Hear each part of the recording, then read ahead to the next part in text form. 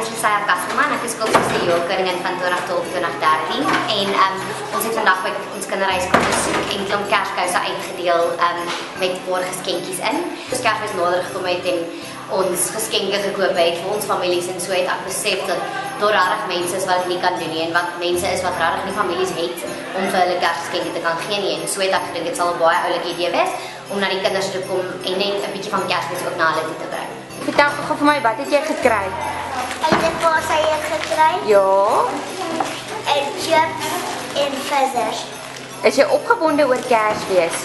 Ja, Hoekom? want net nou kom Kersfees en dan bring my vir ons geskenke. Hoekom hou ons Kersfees? Ek weet dan nie, want Jesus verjaar. Waar is hy gebore?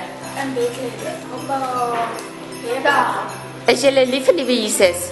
Ja, Hoekom? want hy is ons verlosser. Want dit is ons God.